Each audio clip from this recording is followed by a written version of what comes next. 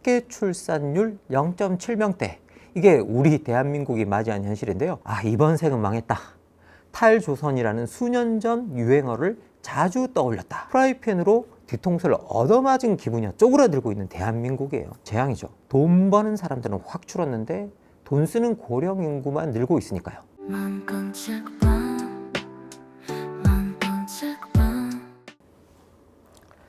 예, 안녕하세요 여러분. 만권책방의 책방지기 김만권입니다.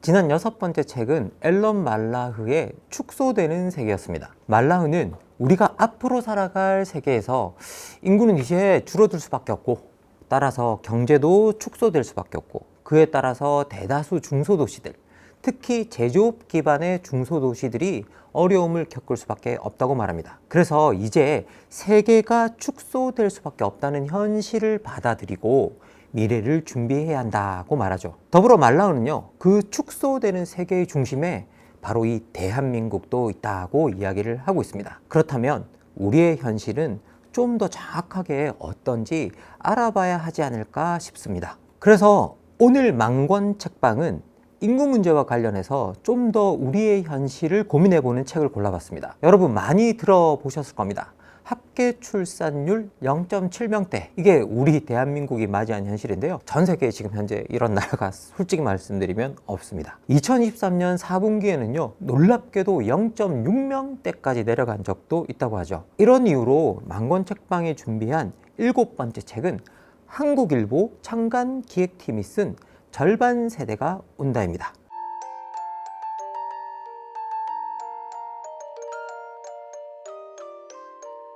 절반 세대라. 이제 누가 절반 세대고, 그리고 이들이 맞이하고 있는 현실이 어떤지 한번 같이 알아볼까 합니다. 우선 이 책을 쓴 사람들에 대해서 알아볼까 합니다.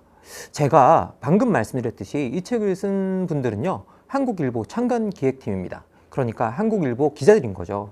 무려 23명의 기자들이 참여해서 쓴 책입니다. 그리고 이 책의 서문 제목을 보면 특히 누가 주축이 되었는지를 알 수가 있는데요. 그 제목이 청년 세대의 목소리로 써내려간 인구위기 보고서입니다. 그러니까 지금 청년 세대 기자들이 자신들이 맞이한 위기에 대해서 자세히 조사를 해보고 그것을 책으로 묶어낸 거죠. 서문에 등장하는 기자님들은요, 3명인데 특이하게 자신이 몇 년생인지 밝히고 있는 걸 볼 수 있습니다. 그중 한 명은 94년생이고요. 또 한 명은 95년생입니다. 이 책이 2023년 12월에 나온 책인데요. 그러니까 이 책을 쓴 당시 기자님들의 나이들을 생각을 해보면 모두 20대 후반의 기자들인 거죠. 그렇다면 이 젊은 기자들은 자신들이 맞이하고 있는 인구 절벽이라는 세계를 어떻게 그려내고 있을까요? 자, 그럼 이 책의 서문을 살짝 함께 여러분과 같이 열어보겠습니다. 이 책의 서문에 2명의 20대 후반의 기자들이 쓴 서문은 인구 문제와 관련해서 바로 이 세대가 느끼고 있는 절박함을 잘 표현하고 있습니다. 우선 94년생 최나실 기자가 말하는 절박함에 대해서 한번 살펴볼까요? 이렇게 이야기합니다. 최나실 기자는 94년생인 내 또래 중에 아이를 낳고 싶다고 말하는 이는 별종이다. 주변에 비애국자만 있나 싶어서 통계를 들여다봤다. 2022년 청년 여성 3명 중 2명, 그리고 이건 여성만이 아니에요. 남성의 10명 중 4명은 결혼을 해도 아이는 필요 없다고 봤다 라고 이야기해요. 근데 이게 그냥 퍼센테이지를 들여다보면요, 남성도 43%가 넘어가요. 그러니까 이게 4명보다 훨씬 더 넘는 거죠. 그래서 애당초 결혼에 긍정적인 청년이 셋 중 1명 뿐이다 라고 이야기합니다. 그러면서 이 책은 부모 세대에서 정확히 반토막이 난 절반 세대에서 다루고 있지만 그들에 대한 해설서는 아니다. 21세기 내내 대한민국의 전 세대와 그리고 사회에 걸쳐서 가장 큰 구조적 변화를 가져올 이 인구 문제의 예견서로 보는 것이 맞을 것이다 라고 이야기합니다. 그러면서 자기 자신을 이렇게 이야기하는데요. 이제 막 30대에 진입한 청년으로서 이번 취재를 하면서 이번 생은 망했다. 탈조선이라는 수년 전 유행어를 자주 떠올렸다 라고 이렇게 이야기를 하죠. 자, 그러면서 아주 그냥 담담하게 이렇게 이야기하는데요. 이제는 모두가 출생률이 문제라는 것을 안다. 하지만 그 현실이 우리 모두의 여생 동안 가져올 변화라든지 합계 출산율 제고라는 진부한 해법에 정작 우리 사회가 축소되고 있는데 그에 대한 적응 논의가 시급하다는 점에 대해서는 대부분이 무관심한 듯하다. 진지한 논의가 실종된 공론장을 메우는 건 지금까지 한국을 사랑해 주셔서 감사합니다 라고 하는 짐짓 유쾌한 자조 어린 농담뿐이다 라고 이렇게 쓰고 있습니다. 한마디로 이제 출생률 문제는 너무 심각해서 이제 결국 우리 사회가 축소될 게 다 뻔한데 살펴보니 이에 대해서 제대로 대한 논의나 대책 자체는 거의 하고 있지 않다는 거죠. 그리고 서문에 글을 쓴 또 한 명의 기자, 95년생 박주영 기자는 또 이렇게 표현을 하고 있습니다. 자, 마감을 앞두고 밤을 새던 새벽, 커피와 에너지 드링크를 막 연이어 들어 부어도 혼미하던 정신이 클릭 한 번에 정신이 돌아왔다. 진부하지만 프라이팬으로 뒤통수를 얻어맞은 기분이었다고 하는데요. 이렇게 이야기합니다. 그때 내가 열어본 자료는 1970년부터 2020년까지 연도별 한국 출생아 수였다. 처음에는 무심히 스크롤을 했는데 갑자기 우리 엄마가 태어난 1970년엔 100만 명이 태어났네. 그런데 내가 태어난 1995년엔 70만 명이 태어났고 그런데 2002년엔 49만 명으로 줄어드는구나. 그리고 2020년엔 절반 세대의 절반인 27만 명이 태어나고 있네. 아니 잠깐 이렇게 생각이 들었다는 거예요. 그러니까 2050년에 내가 55 중년이고 우리 엄마는 80인 그때가 되면 30살이 될 현재 2020년생은 고작 27만 명뿐이라는 건가? 라는 생각이 들었다는 거예요. 갑자기 그 생각이 들자마자 어떤 생각이 들었냐? 나라가 망했구나 라는 생각이 들었다라고 이야기를 하고 있습니다. 자, 이제 여든 어르신들의 인구가 30살 인구의 3배가 되는 시점이 2050년이래요. 그런데 이 2050년을 상상해 보았다고 합니다. 그랬더니 일단 매달 떼어가고 지금 내 통장에서 꼬박꼬박 빠져나가고 있는 국민연금은 나와 다시 만날 일이 없겠구나 라는 생각이 들고, 그리고 요양원은 미어 터지겠구나. 그리고 더 나가서 지금도 돌봄 인력이 없다고 난리인데 그땐 어쩌려나. 그리고 지방엔 청년이 실종된 지가 너무 오래라는데 저 때는 시골 마을 하나가 통째로 사라지는 거 아니야? 이런 생각까지 들었다는 거죠. 그런데 여기까지 생각이 미치니까 우라가 치밀어 오르기 시작했다고 합니다. 연도별 출생아 수라는 간단한 통계가 이렇게 우리 미래를 알려주고 있는데 왜 우리 사회는 2050년을 대비하는 움직임을 보이지 않을까? 모르는 척 눈 감고 있다가 이게 혼란이 닥치면 그냥 각계된 전투로 살아남으라고 이야기하고 있는 건가? 그런 세상에서 30살이 된 2020년생은 정말 아이를 낳고 싶을까? 이렇게 질문을 하고 있죠. 저도 이걸 읽으면서 저도 생각하는 부분이긴 했지만 정작 이 당사자가 된다면 큰 좌절감을 느끼지 않을까라는 생각이 좀 들었어요. 바로 이 두 젊은 기자가 내뱉는 공통적인 말은요. 위기가 바로 앞에 찾아왔는 걸 우리 일상생활 속에서, 그리고 간단한 통계들이 다 아주 정확하게 알려주고 있는데 실제 우리 사회가 그리고 우리 정부가 제대로 된 대책을 세워서 실행을 전혀 하지 않고 있다고 이야기를 하고 있는 겁니다. 그런데 이 한국일보 창간기획팀을 대표해서 서문을 쓴 또 강윤주 기자라는 분이 계시는데요. 이 기자님의 말을 들어보면 좀 더 난감합니다. 인구 문제를 취재하는 과정에서 수많은 청년들을 만났다는 거죠. 그런데 그 청년들이 나라가 곧 망한다는데도 아주 무덤덤해 보였다는 겁니다. 이게 그들에게는 나라의 앞날에 대한 걱정보다는요, 체념과 분노의 마음이 훨씬 더 큰 걸 볼 수가 있었대요. 그 중에 21살 대학생은 이렇게 답했다고 하는데요. 망해도 한국이 망하는 거지 제가 망하는 건 아니지 않나요? 라고 이렇게 이야기를 했다는 거죠. 그런데 그 모양새가 그 어떤 희망도 품지 않겠다는 듯 아주 절망과 냉소를 꾹꾹 다 눌러 담아서 그 말을 하고 있더라는 겁니다. 사실 이게 나라가 망하면 자신도 망할 수 있다는 건 뭐 우리가 다 알고 있는 상식이잖아요. 근데 그걸 몰라서 이렇게 이기적으로 말을 했을까요?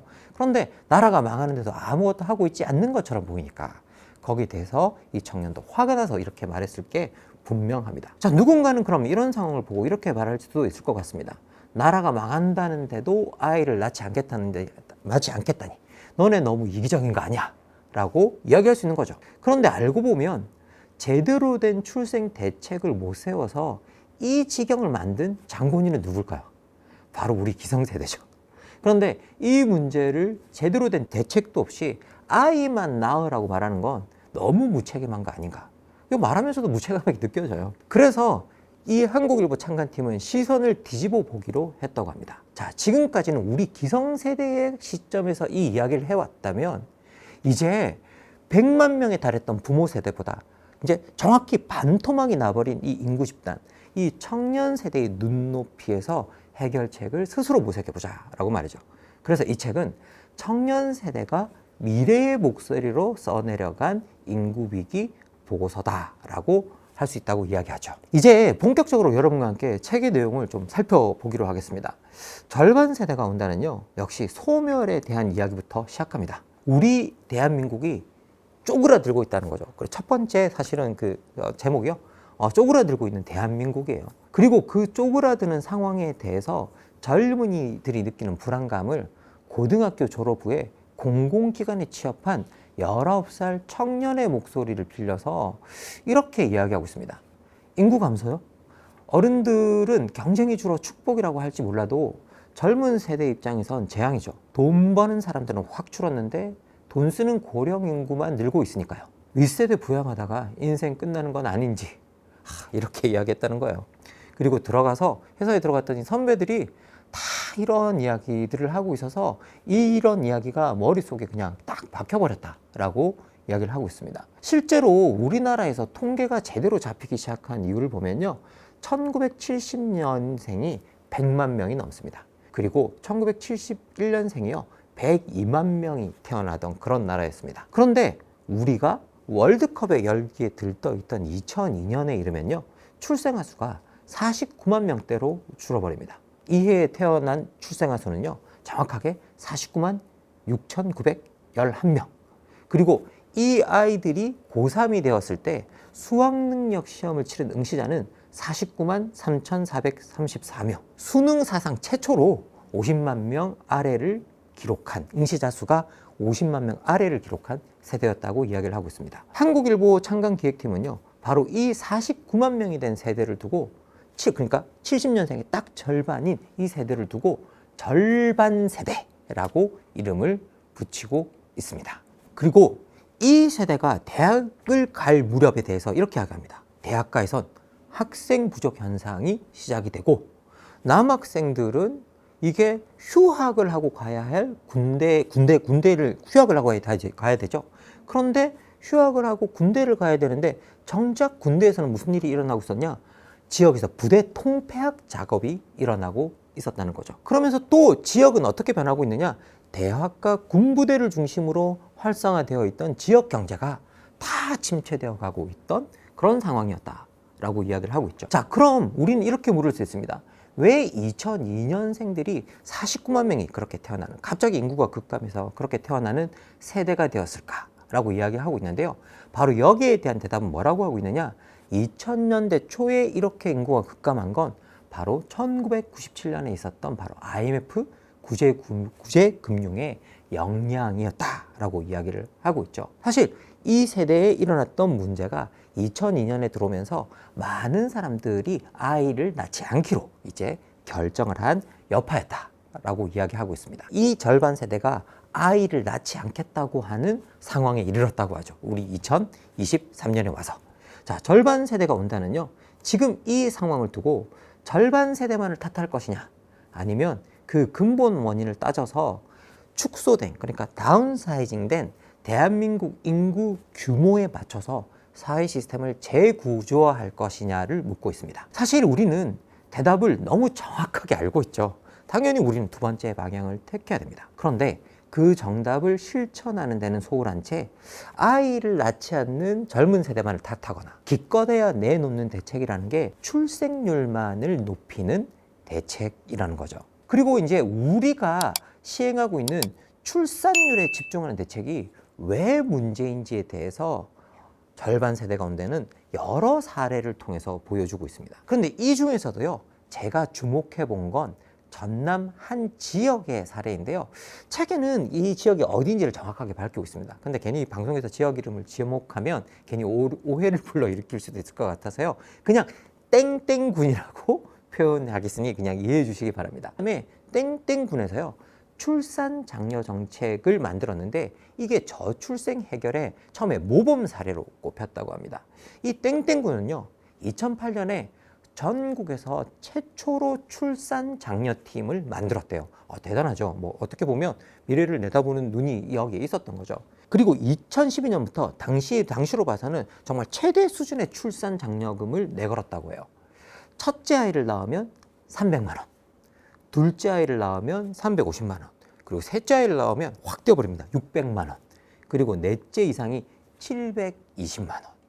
엄청나게 출산 장려금 정책을 쓴 거죠. 그런데 이 정책을 썼더니 정말 2011년에 1.524명이던 합계 출산율이 그 다음에 2.47명으로 훌쩍 뛰어 올랐대요. 그러면서 7년 동안 전국에서 전국에 있는 지방자치단체 중에 최고 1위, 그러니까 출산율 1위를 기록을 했다고 합니다. 그런데 현재 이 땡땡군의 현실은요, 아주 초라하다고 합니다. 2022년 합계 출산율을 들여다보면요, 1.04명이 되었대요. 그러니까 예전보다 뭐 더 나빠진 상황이 된 거죠.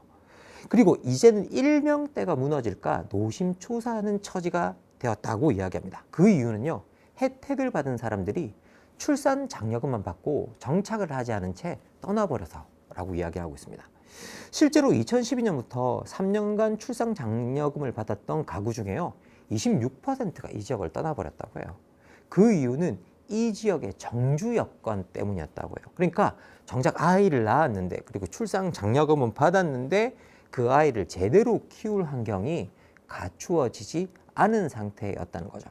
그러니까 정주 여건의 개선이 없이는 출산 장려금은 그냥 종래에는 효과가 거의 없다는 사례로서 이제 이런 것들이 드러난 거죠. 실제로 한국지방세연구원이 발표한 지자체 출산 지원 정책의 효과 분석 및 정책 시사점 보고서를 보면 똑같은 지적이 나온다고 합니다. 돈 100만 원이 여기 있다고 할 때 이걸 출산 장려금으로 100만 원을 주면 합계 출산율 증가 효과가 사실 0.03명이라고 합니다. 그러니까 너무 미미하다는 거죠.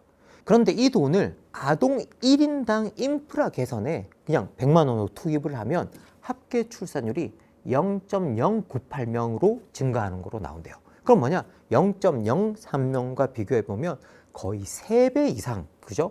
효과가 나온다는 겁니다. 그런데 오히려 우리는 지난 몇 년 동안, 사실은 이제 뭐 한 20년 동안 지자체가 출산 지원으로 단순히 막대한 출산 지원금만 뿌리고 있었다는 겁니다. 자, 우리가 지금 이렇게 출산 지원책에 대해서 이제 알아봤는데요. 여기서 정주 여건이 안 돼서 수많은 사람들이 그 도시를, 지방을 떠났다는 거죠. 그런데 지난 망권책방에서 살폈던 앨런 말라의 축소되는 세계를 들여다보면요, 인구가 줄어들수록 지방의 작은 도시들이 힘을 잃고 몇몇 주요 도시들의 인구가 집중되는 현상이 실제로 나타난다라고 이야기를 하고 있습니다. 가장 중요한 이유는요, 제조업 중심에서 서비스업, 첨단 기술 산업으로 일자리 지형이 사실은 여기서는 바뀌기 때문이라고 이야기를 하는데요.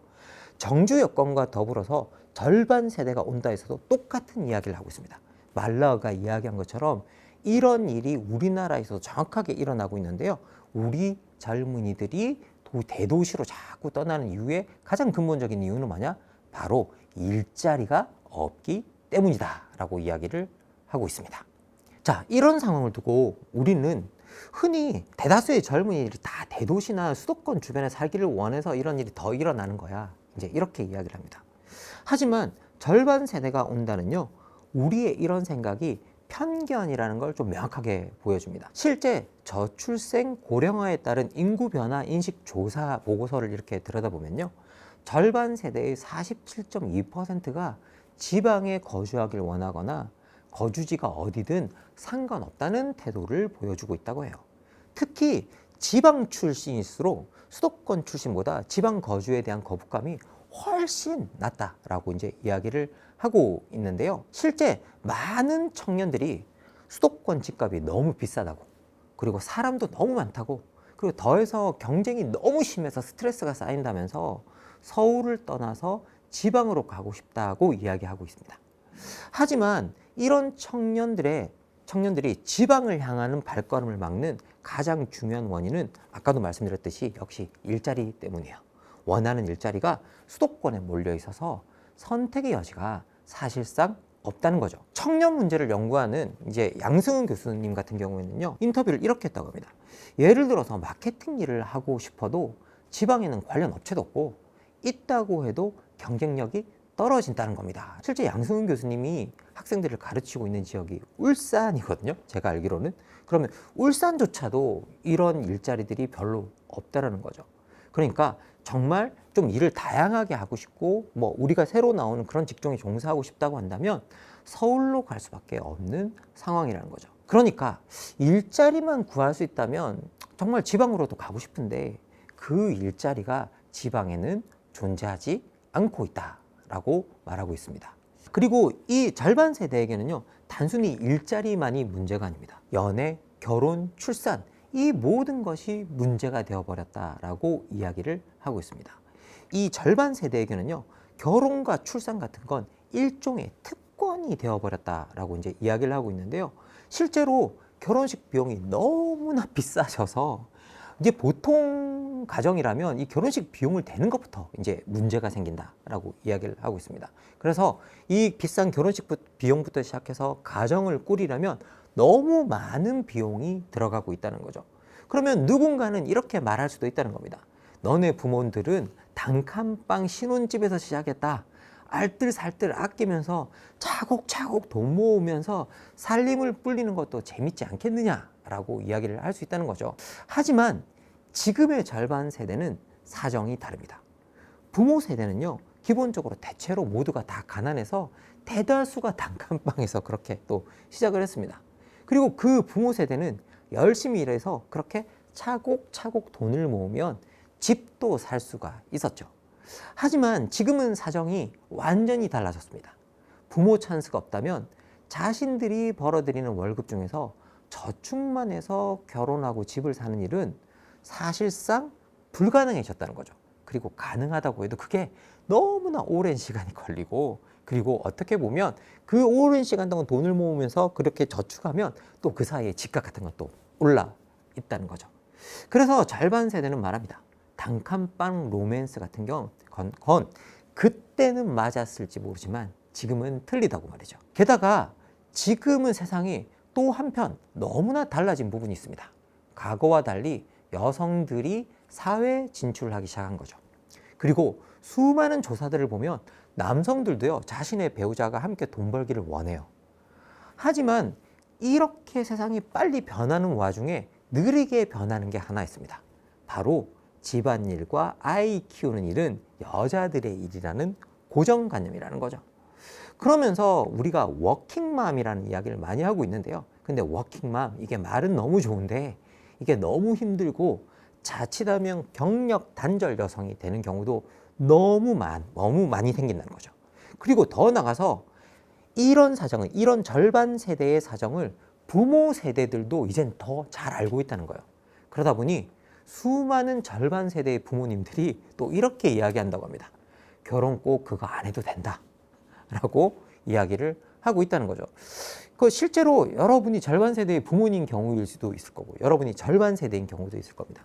혹시 부모인 경우에는 그렇게 말하고 있지 않나요? 그리고 절반 세대인 경우에는 부모님께 그런 말을 들은 적은 없는지요? 사실 지금 절반 세대는 말하고 있습니다. 연애도 결혼도 출산도 우리가 안 하고 싶어서 안 하는 게 아니다. 우리도 하고 싶다. 그런데 그걸 할 수가 없는 사회가 되었다.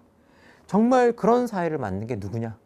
그런 사회를 만든 사람이 책임을 져야지, 그런 사회에서 태어난 우리가 이게 감당할 일이냐?